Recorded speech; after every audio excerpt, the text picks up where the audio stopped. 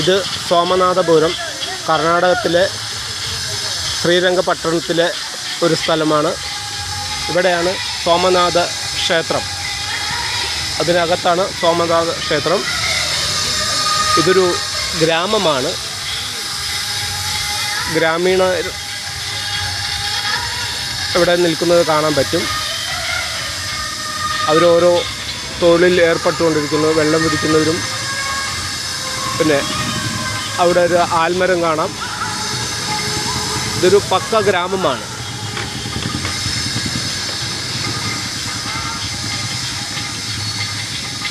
ഞാനിപ്പോൾ നിൽക്കുന്നത് കർണാടകത്തിലെ ശ്രീരംഗപട്ടണത്തിലെ സോമനാഥ ക്ഷേത്രത്തിലാണ്. ഹൊയ്സാല രാജാവായ നരസിംഹം മൂന്നാമനിൽ നിന്നും ഫണ്ട് ലഭിച്ച് സോമനാഥ ദണ്ഡനായകാണ് ഈ ക്ഷേത്രം പണി കഴിപ്പിച്ചത്. ഹൊയ്സാല ശില്പത്തിൻ്റെ വാസ്തുവിദ്യയുടെ എല്ലാ ഗുണങ്ങളും ഈ ക്ഷേത്രത്തിനകത്ത് എനിക്ക് കാണാൻ കഴിഞ്ഞു. ഹൊയ്സാല രാജാക്കന്മാരുടെ ക്ഷേത്രങ്ങളിലുള്ള പ്രതിമകളും കൊത്തുപണികളും കല്ലിലാണ് നടത്തിയത്. അതും ബസാൾട്ട് ശിലകളിലാകുമ്പോൾ അവയ്ക്ക് ഷൈനസ് കൂടും, കൊത്തിയുണ്ടാക്കാൻ ഈസിയാണ്. ഇതിനു മുൻപും ഞാൻ ഹൊയ്സാല രാജാക്കന്മാരുടെ ക്ഷേത്രമായ ബേലൂരിലെ ക്ഷേത്രം സന്ദർശിക്കുകയുണ്ടായി. അവിടുത്തെ നിന്നും വളരെ വ്യത്യസ്തമായാണ് ഈ ക്ഷേത്രത്തിൽ എനിക്ക് കാണാൻ കഴിഞ്ഞത്. ഈ ക്ഷേത്രത്തിനകത്ത് 3 അറകളുള്ള ഒരു ക്ഷേത്രമാണ്. അറകളിലേക്ക് ആ ക്ഷേത്രം നടുവിലാണ് സ്ഥിതി ചെയ്യുന്നത്. അതിന് ചുറ്റും ഈ കാണുന്ന മതിലുണ്ട്, ചുറ്റുമതിൽ. അതൊരു മണ്ഡപം പോലെയാണ്, പില്ലറുകളുണ്ട്. ആ മണ്ഡപത്തിൽ തന്നെ 56 ദേവതന്മാരെ കുടിയിരുത്തിയിട്ടുണ്ട്. പിന്നെ പ്രധാന ക്ഷേത്രത്തിലേക്ക് പ്രവേശിക്കുമ്പോൾ പ്രവേശന കവാടത്തിൽ ദ്വാരപാലകന്മാരുടെ ചിത്രമുണ്ട്. അകത്ത് കയറിയാലും ഇതേപോലെ നമുക്ക് കാണാൻ കഴിയും. ആ ക്ഷേത്രത്തിൻ്റെ ചുറ്റുമതിലുകളിൽ രാമായണത്തിൻ്റെയും മഹാഭാരതത്തിൻ്റെയും കഥകളെ അടിസ്ഥാനമാക്കിയാണ് കൊത്തുപണികൾ നടത്തിയിട്ടുള്ളത്. അതിമനോഹരവും വ്യക്തമാവുന്ന രീതിയിലാണ് ഓരോ കൊത്തുപണിയും. അതിലെ ചിത്രങ്ങൾ കാണുമ്പോൾ തന്നെ നമുക്ക് തോന്നും അവയ്ക്ക് ജീവനുള്ള പോലെ നമുക്ക് തോന്നും. അത്രയും അതിവിദഗ്ധമായാണ് അതിലെ കൊത്തുപണികൾ നടത്തിയിരുന്നത്. അന്നത്തെ ചിത്രകലയുടെ പ്രാധാന്യം അതിൽ നിന്ന് മനസ്സിലാക്കാം. ഈ ക്ഷേത്രത്തിന് മുന്നിൽ മോഡേൺ രീതിയിലുള്ള ഒരു ഗാർഡനുണ്ട്. ഗ്രാനൈറ്റ് പാകിയ നടപ്പാതയുണ്ട്. ഞാനിപ്പോൾ നിൽക്കുന്നത് കർണാടക സംസ്ഥാനത്തെ ശ്രീരംഗപട്ടണത്തിൻ്റെ അടുത്തുള്ള സോമനാഥ ക്ഷേത്രത്തിനകത്താണ്. ഹൊയ്സാല കാലഘട്ടത്തിലെ ശില്പ രീതിയിലാണ് ഈ ക്ഷേത്രവും പണിതിരിക്കുന്നത്. ഹൊയ്സാല ക്ഷേത്രങ്ങൾ ഞാൻ മുൻപ് കണ്ടിട്ടുള്ളത് ബേലൂരാണ്. അവിടുത്തെ ക്ഷേത്രത്തിലുള്ള കൊത്തുപണികളെല്ലാം നടത്തിയിട്ടുള്ള കല്ലുകൾ ബസാൾട്ട് ശിലകളാണ്. ഇതാണ് ബസാൾട്ട് ശിലകൾ. ബസാൾട്ട് ശിലകളുടെ പ്രത്യേകത അതിന് മിനുസം കൂടുതലാണ്. അതായത് അത് നമ്മൾ എത്രത്തോളം ഫിനിഷ് ചെയ്യുമോ അതിനനുസരിച്ച് അതിന് ഗ്ലേസിങ് കിട്ടും. അതാണ് ബസാൾട്ട് ശിലകളുടെ പ്രത്യേകത. ഈ ക്ഷേത്രത്തിനകത്ത് 3 അറകളുള്ള ഒരു ക്ഷേത്രമാണ്. ക്ഷേത്രത്തിൽ പ്രവേശിക്കുന്ന അവിടെ കാവൽ ദേവതകളായ ദേവന്മാരായ ദ്വാരപാലകന്മാർ ഉണ്ട്. ഇരുവശത്തും ദ്വാരപാലകന്മാരുണ്ട്. കൂടാതെ ഈ ശിലാക്ഷേത്രത്തിൽ 56 അറകളിൽ ദേവതമാരെ പ്രതിഷ്ഠിച്ചിട്ടുണ്ട്. അത് ഈ മണ്ഡപത്തിൽ കാണാൻ കഴിയും.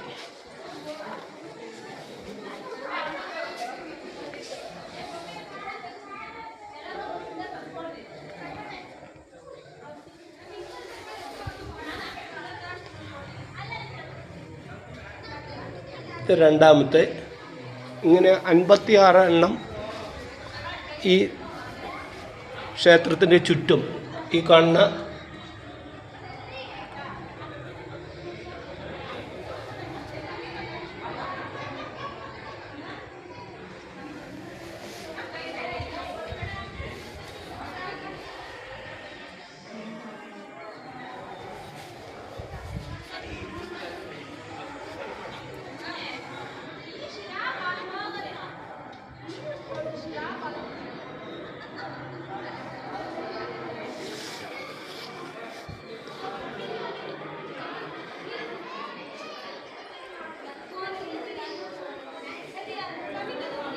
ചെറിയ ആരാധനാലയങ്ങളുടെ തൂണുകളുള്ള ഒരു മുറ്റത്താണ് ക്ഷേത്രം സ്ഥിതി ചെയ്യുന്നത്.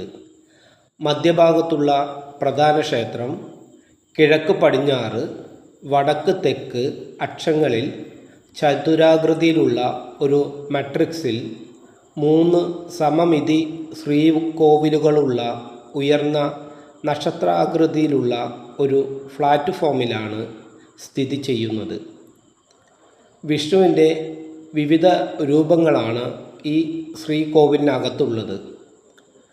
പടിഞ്ഞാറൻ ശ്രീകോവിലിൽ കേശവൻ്റെ പ്രതിമ, വടക്കൻ ശ്രീകോവിലിൽ ജനാർദ്ദനൻ്റെ പ്രതിമ, തെക്കൻ ശ്രീകോവിലിൽ വേണുഗോപാലൻ്റെ പ്രതിമ.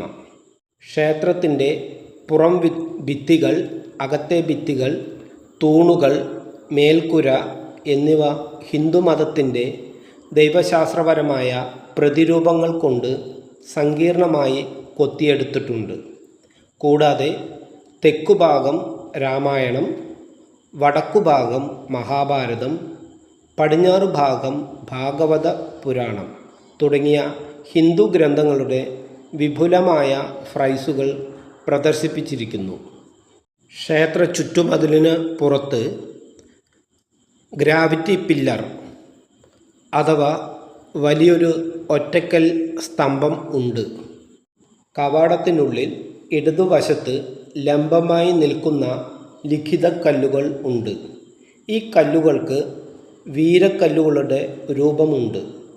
കല്ലിൻ്റെ മുകൾ ഭാഗത്ത് ഹിന്ദു ഐക്കണോഗ്രാഫിയും കേശവ, ജനാർദ്ദനൻ, വേണുഗോപാലൻ എന്നിവരുടെ മിനിയേച്ചർ റിലീഫുകളും കൊണ്ട് അലങ്കരിച്ചിരിക്കുന്നു. ക്ഷേത്രം സോപ്പ് സ്റ്റോൺ കൊണ്ടാണ് നിർമ്മിച്ചിരിക്കുന്നത്. ക്ഷേത്രത്തിന് ചുറ്റുമതിലുകളുള്ള ഒരു വലിയ പൊതുമുറ്റമുണ്ട്. മധ്യഭാഗത്ത് 3 ഗോപുരങ്ങളുള്ള പ്രധാന ക്ഷേത്രമുണ്ട്.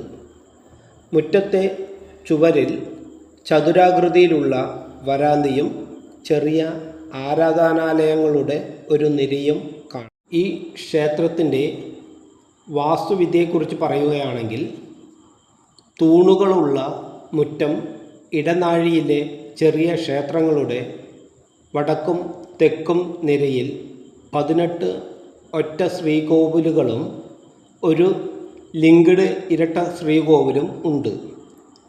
ബന്ധിപ്പിച്ച ഇരട്ട ശ്രീകോവിൽ മുറ്റത്തിൻ്റെ വടക്കു പടിഞ്ഞാറൻ, തെക്കു പടിഞ്ഞാറൻ കോണുകളിലാണ് സ്ഥിതി ചെയ്യുന്നത്.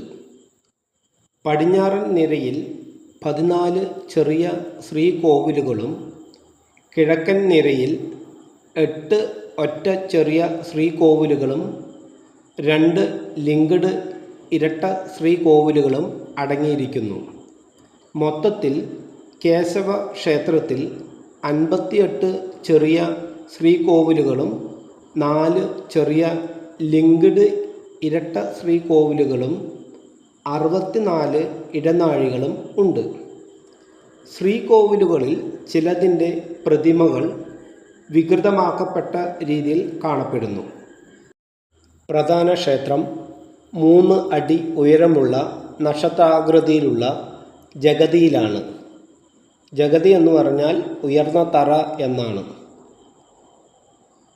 ഈ ഉയർന്ന തറയിലാണ് ഈ ക്ഷേത്രം നിർമ്മിച്ചിട്ടുള്ളത്. ക്ഷേത്ര കവാടത്തിൻ്റെ ഇരുവശത്തും ദ്വാരപാലകർ ഉണ്ട്. ജഗതി ഒരു പ്രദക്ഷിണ പാതയാണ്. രാമായണം, മഹാഭാരതം, ഭാഗവത പുരാണ ഇതിഹാസങ്ങൾ ശരിയായ ക്രമത്തിൽ ചിത്രീകരിച്ചിരിക്കുന്നു. വായിക്കുന്നതിന് ഘടികാരദിശയിൽ നടക്കണം. പ്ലാറ്റ്ഫോമിൻ്റെ കിഴക്കുവശം ചതുരാകൃതിയിലാണ്. അതേസമയം ക്ഷേത്രഗോപുരത്തിൻ്റെ താഴെയുള്ള സ്ഥലം കൂർത്ത നക്ഷത്രഗോപുരത്തിൻ്റെ ആകൃതിയിലാണ്. ഓരോ വശത്തും 9 പോയിൻ്റുകൾ ബന്ധിപ്പിക്കുന്ന 2 അരികുകൾ ഉണ്ട്. ആകെ 29 അരികുകളാണ് ഈ പ്രധാന ക്ഷേത്രത്തിൻ്റെ ചുറ്റുമുള്ളത്. 2 സംയോജിത ചതുരങ്ങളും ഒരു ദീർഘചതുരവും ഉൾക്കൊള്ളുന്ന ഹാൾ ദീർഘചതുരാകൃതിയിലാണ്. പ്രവേശന കവാടത്തിൽ ചെറിയ ചതുരം, മധ്യത്തിൽ ഏറ്റവും വലിയ ചതുരം, 3 ശ്രീകോവിലുകൾക്ക് അഭിമുഖമായി ഒരു ദീർഘചതുരം, എല്ലാം സങ്കീർണമായി കൊത്തിയെടുത്ത തൂണുകളാൽ പിന്തുണയ്ക്കപ്പെടുന്നു. പ്രധാന ഹാൾ ഓരോ ശ്രീകോവിലിലേക്കും തുറക്കുന്നത് ഒരു ചെറിയ ചതുരാകൃതിയിലുള്ള പൂജാ മണ്ഡപത്തിലൂടെയാണ്. 3 ശ്രീകോവിലുകളിൽ കേശവൻ, ജനാർദ്ദനൻ, വേണുഗോപാലൻ എന്നിവരെ പ്രതിഷ്ഠിച്ചിരിക്കുന്നു. ഈ ശ്രീകോവിലുകളിൽ ഓരോന്നിനും മുകളിൽ 16 പോയിൻ്റുള്ള നക്ഷത്രാകൃതിയിലുള്ള ഉത്തരേന്ത്യൻ ശൈലിയിലുള്ള ഗോപുരം ഉണ്ട്. പ്രധാന ക്ഷേത്രത്തിൻ്റെ പുറം ഭിത്തിയെക്കുറിച്ച് പറയുകയാണെങ്കിൽ, പുറം ഭിത്തിയിൽ പ്രദക്ഷിണവേദിക്ക് മുകളിൽ കൊത്തിയെടുത്ത സമാന്തര തിരശ്ചീനമായ കലാസൃഷ്ടികൾ അടങ്ങിയിരിക്കുന്നു. ഇതിന് 3 പ്രധാന ഭാഗങ്ങളുണ്ട്: ബേസ്മെൻറ്റ് ബാൻഡ്, വാൾ ബാൻഡ്, മുകളിലെ ബാൻഡ് എന്നിവ. ഭക്തർ നടക്കേണ്ടത് ഘടികാരദിശയിലാണ്. ഇടതുവശത്തേക്ക് മാർച്ച് ചെയ്യുന്ന ആനകളുടെ നിര. ആനകൾ പരസ്പരം കൃത്യമായ പകർപ്പല്ല, മറിച്ച് വ്യത്യസ്തമായ സ്വാഭാവിക ഭാവങ്ങളും ആനകളുടെ കളിയും കാണാം. ചിലത് യുദ്ധത്തിൽ ആനകളെ കാണിക്കുന്നു, ശത്രുക്കളെ എറിയുന്നു. ചിലത് മുന്നിലുള്ള സവാരിക്കാരെ കളിയാക്കുന്നു.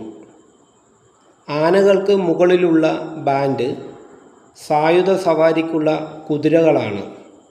ഇത് ഒരു സൈനിക മാർച്ചിനെ ചിത്രീകരിക്കുന്നു.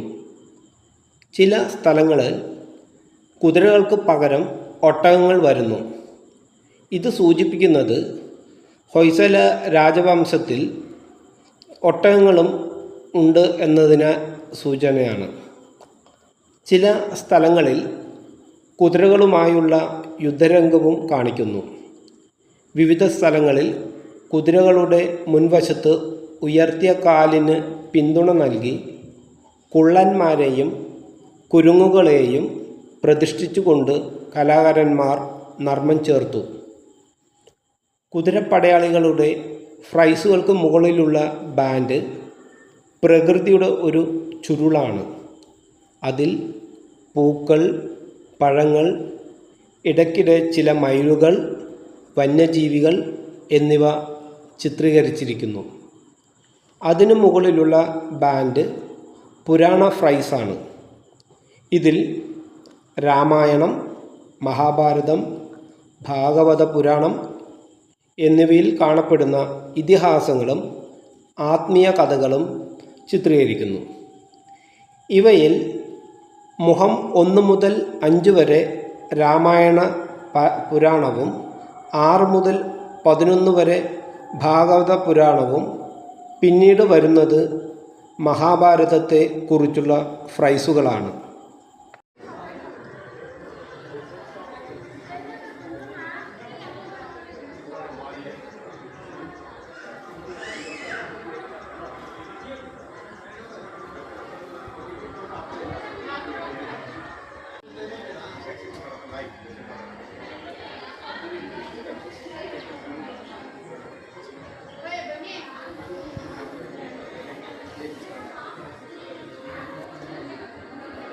വിശാല കാലഘട്ടത്തെ വാസ്തുശില്പകലയുടെ അതിമനോഹരമായ കാഴ്ചയാണ് ഈ ക്ഷേത്രത്തിൽ നമ്മൾ കാണാൻ കഴിയുന്നത്.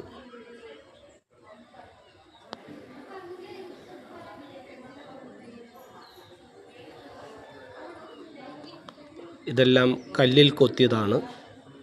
വിവിധ രൂപങ്ങൾ, ദേവതമാരും ദേവിമാരും ദേവന്മാരും എല്ലാവരും കഥാപാത്രങ്ങളും ഉണ്ട്.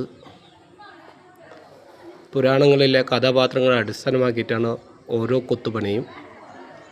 താഴെ പറയുന്ന ചിത്രങ്ങളാണ് രാമായണത്തിൽ കാണപ്പെടുന്ന ഫ്രൈസുകൾ. ദശരഥൻ കുട്ടികൾക്കായി ആചാരപരമായ വഴിപാടുകളും പ്രാർത്ഥനകളും നടത്തുന്നു. രാമനും സഹോദരന്മാരും ജനിക്കുന്നു. തൊട്ടിലുകളിൽ കുഞ്ഞുങ്ങൾ ആടിക്കളിക്കുന്നു.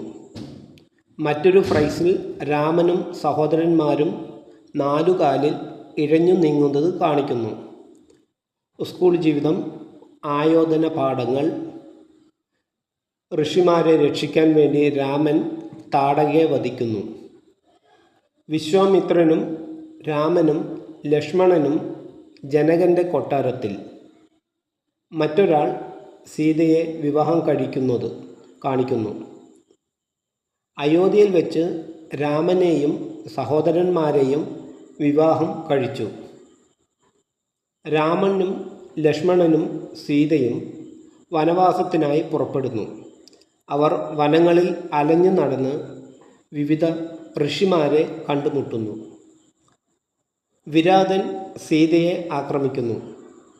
രാമൻ സീതയെ വധിക്കുന്നു. സ്വർണ്ണമാൻ ഇതിഹാസം. ശൂർപ്പണഖി എപ്പിസോഡ്. രാവണൻ സീതയെ തട്ടിക്കൊണ്ടു പോകുന്നു. മറ്റൊരു ചിത്രത്തിൽ ജടായുവിനെ വധിക്കുന്നു. ഹനുമാനും സുഗ്രീവാനും കണ്ടുമുട്ടുകയും രാമനോടൊപ്പം ചേരുകയും ചെയ്യുന്നു. ഭാഗവത പുരാണം. പടിഞ്ഞാറൻ ശ്രീകോവിലിനു ചുറ്റുമുള്ള ബാൻഡ് ഭാഗവത പുരാണത്തെ ചിത്രീകരിക്കുന്നു. താഴെ പറയുന്നവയാണ് ഭാഗവത പുരാണത്തെ ഫ്രൈസുകൾ. പ്രപഞ്ച സമുദ്ര കഥകൾ, വിഷ്ണുവിനെ ചാരിയിരിക്കുന്നതിൻ്റെ കഥ, വാസുദേവൻ്റെ വിവാഹ ഐതിഹ്യം, വാസുദേവൻ നദിക്ക് കുറുകെ കൊണ്ടുപോകുന്ന കുഞ്ഞൻ കൃഷ്ണൻ, ഗോകുലത്തിൽ കുഞ്ഞു കൃഷ്ണൻ മുലയൂട്ടുന്നതിൻ്റെ വിവിധ ഫ്രൈസുകൾ, തൊട്ടിലിൽ ആടിയുലഞ്ഞു നാലുകാലിൽ ഇഴഞ്ഞു നീങ്ങുന്നു, കൃഷ്ണൻ പൂതനയെയും ശകടാസുരനെയും വധിക്കുന്നു, കൊച്ചുകുട്ടി കൃഷ്ണൻ വെണ്ണ മോഷ്ടിക്കുന്നു, കൃഷ്ണൻ ഗോവർദ്ധനനെ ഉയർത്തുന്നു, കൃഷ്ണൻ മന്ത്രവാദികളായ ഗോപികമാരോടൊപ്പം കളിക്കുന്നതിൻ്റെ വിവിധ ഫ്രൈസുകൾ, കൃഷ്ണൻ വിവിധ അസുരന്മാരെ കൊല്ലുകയും ഒടുവിൽ കംസനെ വധിക്കുകയും ചെയ്യുന്നു. ക്ഷേത്രത്തിൻ്റെ പുറം ഭിത്തിയിൽ മഹാഭാരതത്തിലെ ഫ്രൈസുകൾ ഇവയാണ്. ധൃതരാഷ്ട്രരുടെ കൊട്ടാരം. വളർന്നു വരുന്നതിനനുസരിച്ച് പാണ്ഡവരും കൗരവരും തമ്മിലുള്ള ശത്രുത. പാണ്ഡവർ വനത്തിലേക്ക് പോകുന്നു. ഭീമൻ ഘടോത്കചയുടെ ജനനം. ഹിഡിംബിയെ വിവാഹം കഴിച്ചു. പാണ്ഡവർ ധ്രുവനെ കണ്ടുമുട്ടുകയും ഒരു കുശവൻ്റെ വീട്ടിൽ താമസിക്കുകയും ചെയ്യുന്നു. ദ്രൗപദിയുടെ വിവാഹ പങ്കാളിയെ തിരഞ്ഞെടുക്കുന്ന ചടങ്ങ്. അർജുനൻ മത്സ്യലക്ഷ്യം തൊടുത്തു. ദ്രൗപദി അവനെ ഭർത്താവായി തിരഞ്ഞെടുക്കുന്നു. ദ്രൗപദിയുമായി പാണ്ഡവർ തിരിച്ചെത്തുന്നു. യുധിഷ്ഠിരൻ പകിട കളിച്ച് തോറ്റു. യുദ്ധരംഗങ്ങൾ. കൃഷ്ണൻ പാണ്ഡവരെ ഉപദേശിക്കുന്നു. പാണ്ഡവർ വിജയിക്കുന്നു. അവരുടെ രാജ്യത്തിലേക്കുള്ള തിരിച്ചുവരവ്. പുറം ഭിത്തിയിലെ മുകളിലെ നിലകൾ ചിത്രീകരിച്ചിരിക്കുന്നത് താഴത്തെ നിലയിൽ ഹിന്ദു കെട്ടുകഥകളും ഇതിഹാസങ്ങളും ചിത്രീകരിക്കുന്ന ഫ്രൈസുകൾ, അതിനു മുകളിൽ പുരാണ മകരങ്ങളുടെ ഒരു ബാൻഡ്, തുടർന്ന് മയിലുകളുടെ ഒരു ബാൻഡും ഉണ്ട്. ഏകദേശം 200 റിലീഫ് കൊത്തുപണികളുള്ള മയിൽ ബാൻഡിന് മുകളിൽ ജനങ്ങളുടെ ലൗകിക ജീവിതത്തിൻ്റെ നിരകളും പ്രധാന ക്ഷേത്രത്തിൻ്റെ സഭാ മണ്ഡപ ഭാഗത്തെ മാത്രം ചുറ്റിപ്പറ്റിയുള്ള ചെറിയ വലുപ്പത്തിലുള്ള ദേവത റിലീഫുകളും ഉണ്ട്. ദേവതയുമായി ബന്ധപ്പെട്ട കൊത്തുപണികൾ പ്രധാനമായും വൈഷ്ണവ പാരമ്പര്യത്തിൽ വിഷ്ണുവിൻ്റെ വിവിധ രൂപങ്ങളും അവതാരങ്ങളും കാണിച്ചിരിക്കുന്നു. എന്നാൽ അവയിൽ ശൈവ പാരമ്പര്യത്തിലെ ശിവൻ, ശക്തി പാരമ്പര്യത്തിലെ ദേവികൾ, ഹിന്ദുമതത്തിലെ സൗര പാരമ്പര്യത്തിലെ സൂര്യൻ എന്നിവ ഉൾപ്പെടുന്നു.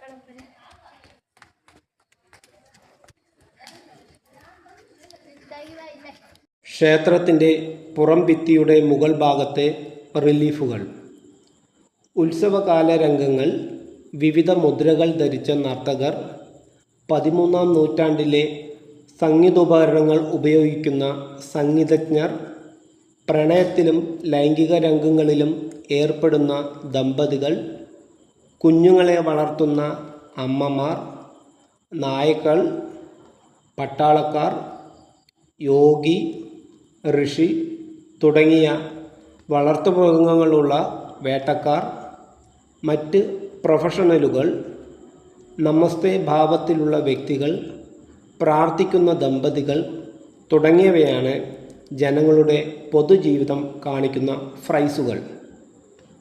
പ്രഹ്ലാദൻ, ഹിരണ്യകാശിപു, വിഷ്ണു അവതാര നരസിംഹം എന്നിവരുടെ കഥ കാണിക്കുന്ന നിരവധി ഫ്രൈസുകളും ഉണ്ട്.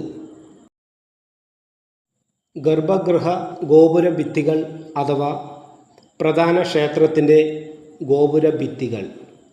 3 ഗോപുരങ്ങളിൽ മയിൽപ്പടയുടെ മുകളിൽ ക്ഷേത്രത്തിനു ചുറ്റും വലിയ ദേവതാ പ്രതിമകളുടെ ഒരു നിര കാണാം.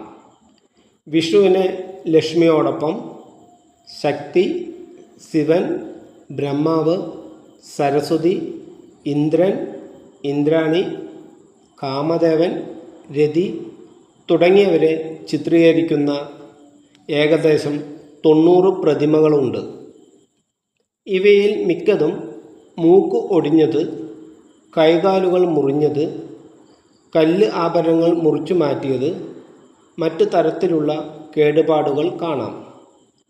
വലിയ ചിത്രങ്ങളുടെ ചില ചിത്രീകരണ കൊത്തുപണികളിൽ ഇനി പറയുന്നവ ഉൾപ്പെടുന്നു.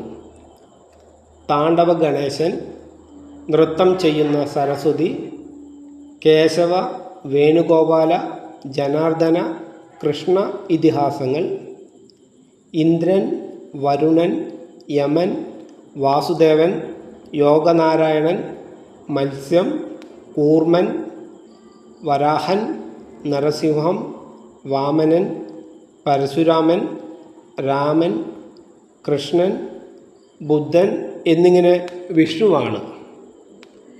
വിവിധ രൂപങ്ങളിൽ നൃത്തം ചെയ്യുന്ന ലക്ഷ്മി, താടിയുള്ളതും ഇല്ലാത്തതുമായ ബ്രഹ്മാവ്, ഹരിഹരൻ, പകുതി ശിവൻ പകുതി വിഷ്ണു, വിവിധ രൂപങ്ങൾ, സൂര്യ, മഹിഷാസുര മർദിനിയായ ദുർഗ, നൃത്തം ചെയ്യുന്ന വിഷ്ണു. ഈ ക്ഷേത്രത്തിലെ തോരണങ്ങളും ഉയർന്ന തലങ്ങളും 3 സമാന ഗോപുര ഉപരിഘടനകളിലെ വലിയ ചുമർ ചിത്രങ്ങളിൽ ചിത്രം ഫ്രെയിം ചെയ്യുന്നതിന് ഒരു കമാനം അഥവാ തോരണ ഉണ്ട്. പടിഞ്ഞാറൻ വശത്ത് ലളിതമായ പരന്നതോ ജാമിതീയമായ കമാനങ്ങളുണ്ട്. അതേസമയം വടക്കും തെക്കും വശങ്ങളിൽ തൂങ്ങിക്കിടക്കുന്ന പഴങ്ങൾ, പൂക്കൾ നിറഞ്ഞ വള്ളിച്ചെടികൾ തുടങ്ങിയ സങ്കീർണമായ കൊത്തുപണികളുള്ള പ്രകൃതി തീമുകൾ ഉണ്ട്. ചിലതിൽ പൂച്ചെടികളിലെ മുകുളങ്ങളും സ്വാഭാവിക വികാസത്തിൻ്റെ ഘട്ടങ്ങളും ഉൾപ്പെടുന്നു. ചിലതിൽ മധ്യഭാഗത്ത് സിംഹം പോലെയുള്ള വന്യജീവികളും ഉൾപ്പെടുന്നു. 3 ഗോപുരങ്ങളും ഒരേ ഉയരമുള്ളവയാണ്. അവയുടെ പ്ലാൻ ദീർഘചതുരാകൃതിയിലുള്ള താമരയും 4 സെറ്റ് അലങ്കാര ഗോപുരങ്ങളും താളാത്മകമായി ഉയരം കുറഞ്ഞതും ഒരു കല്ല് കലശം കൊണ്ട് മൂടപ്പെട്ടതുമാണ്. ഗോപുരത്തിൻ്റെ കൊത്തുപണികളിൽ നർത്തകർ, ഗന്ധർവന്മാർ, യക്ഷന്മാർ, കീർത്തിമുഖങ്ങൾ, സിംഹമുഖങ്ങൾ, മകരങ്ങൾ പോലുള്ള പുരാണ മൃഗങ്ങൾ എന്നിവ ഉൾപ്പെടുന്നു. ഓരോ ഗോപുരത്തിൻ്റെയും മുകൾ ഭാഗം തലകീഴായി വിരിഞ്ഞു നിൽക്കുന്ന താമരപ്പൂവിൻ്റെ ആകൃതിയിലാണ്. യഥാർത്ഥ ഗോപുരങ്ങളുടെ മുകൾ ഭാഗങ്ങളിൽ ഓരോന്നിനും വലിയ കല്ല് കലശം ഉണ്ടായിരുന്നു. എന്നാൽ അവ നാശമായതിനാൽ പുനരുദ്ധാരണത്തിൽ നഷ്ടപ്പെട്ട വലിയ കലശം ഒരു ചെറിയ സിമൻ്റ് കലശം ഉപയോഗിച്ച് മാറ്റി സ്ഥാപിച്ചു. തൂണുകളും മേൽക്കൂരകളും. മണ്ഡപം ലാത്ത് ഉപയോഗിച്ച് തിരിഞ്ഞ തൂണുകളാൽ താങ്ങി നിർത്തിയിരിക്കുന്നു. 2 ഒഴികെയുള്ള തൂണുകൾക്ക് ഒരേ വലുപ്പമാണ്.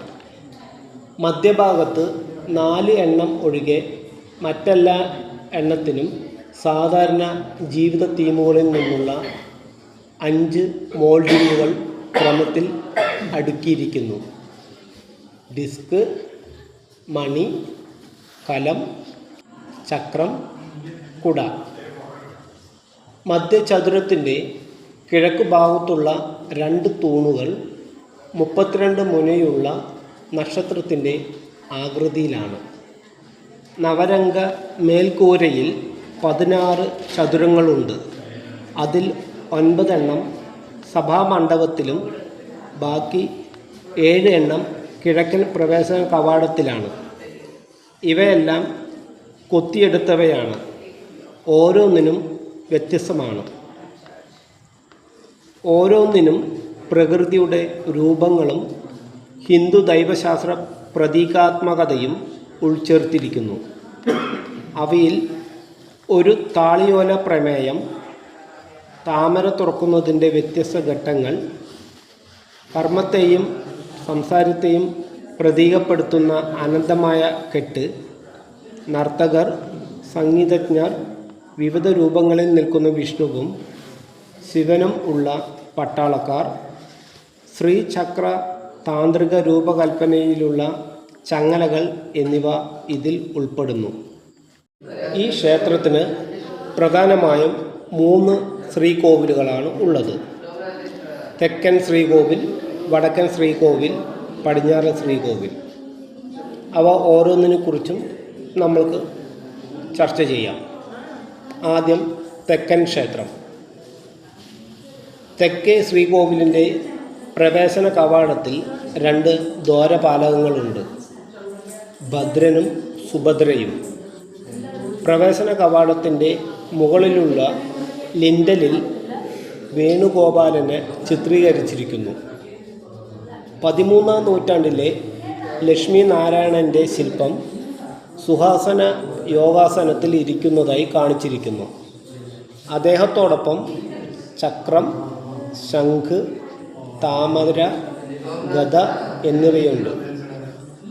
സുഹനാസിക്ക് അപ്പുറത്ത് ജയനും വിജയനും ലിൻഡലിൽ ഇരിക്കുന്ന വിഷ്ണുവും മേലാപ്പിൽ നൃത്തം ചെയ്യുന്ന വിഷ്ണുവും ചിത്രീകരിച്ചിരിക്കുന്നു. ശ്രീകോവിലിലെ കൃഷ്ണൻ്റെ പ്രതിമയ്ക്ക് 4.5 അടി ഉയരമുണ്ട്. അദ്ദേഹം കാതുകൾ, മാലകൾ, കൈത്തണ്ടകൾ, വളകൾ, വിരൽമോതിരങ്ങൾ, കാൽവിരലുകൾ, കണങ്കാലുകൾ, അരക്കെട്ട്, രത്നങ്ങൾ പതിച്ച കിരീടം എന്നിവ ധരിച്ചിരിക്കുന്നു. അദ്ദേഹത്തിൻ്റെ കാലുകൾ കുറുകെ വച്ചിരിക്കുന്നു. 2 കൈകളാലും പിടിച്ചിരിക്കുന്ന പുല്ലാങ്കുഴൽ വായിക്കുമ്പോൾ തല ചെറുതായി വളഞ്ഞിരിക്കുന്നു. അദ്ദേഹത്തിൻ്റെ വിരലുകൾ തട്ടുന്ന നിലയിലാണ് കാണുന്നത്. മനുഷ്യർ മുതൽ പശുക്കൾ വരെ, ദേവന്മാർ മുതൽ ദേവതകൾ വരെ ശ്രീകോവിലിനുള്ളിലെ എല്ലാ ജീവജാലങ്ങളും ദിവ്യ സംഗീതത്തിൽ മുഴുകിയിരിക്കുന്നതായി ചിത്രീകരിച്ചിരിക്കുന്നു. ചില രൂപങ്ങൾ സംഗീതം കേൾക്കാൻ ഓടുന്നു. അവരുടെ വസ്ത്രങ്ങൾ വഴുതി വീഴുന്നു. വീട്ടുകാർക്ക് മുകളിൽ ഗോപികമാരെയും പശുക്കളെയും ഋഷിമാരെയും ചിത്രീകരിച്ചിരിക്കുന്നു. മുകളിലെ കമാനത്തിലെ പ്രതിമയുടെ അരികിൽ വിഷ്ണുവിൻ്റെ 10 അവതാരങ്ങളുടെ ക്രമങ്ങൾ കാണാം. മത്സ്യം, കൂർമ്മം, വരാഹം, നരസിംഹം, വാമനൻ, പരശുരാമൻ, രാമൻ, ബലരാമൻ, ബുദ്ധൻ, കൽക്കി എന്നിവയാണ് വിഷ്ണുവിൻ്റെ 10 അവതാരങ്ങൾ. വടക്കൻ ശ്രീകോവിൽ. ഇവിടെയും 2 ദ്വാരപാലകന്മാരുണ്ട്. ഭദ്രനും സുഭദ്രയും. പ്രവേശന കവാടത്തിൻ്റെ മുകളിലെ ലിൻഡലിൽ ജനാർദ്ദനനെയും മേലാപ്പിൽ ലക്ഷ്മി നാരായണനെയും ചിത്രീകരിച്ചിരിക്കുന്നു. സുഖനാസിക്ക് അപ്പുറം ലിൻഡലിൽ ഇരിക്കുന്ന ലക്ഷ്മിയെയും മേലാപ്പിൽ യോഗ ചെയ്യുന്ന യോഗനാരായണനെയും ചിത്രീകരിച്ചിരിക്കുന്നു. ശ്രീകോവിലിനുള്ളിൽ 6 അടി ഉയരമുള്ള ഒരു പ്രതിമയുണ്ട്.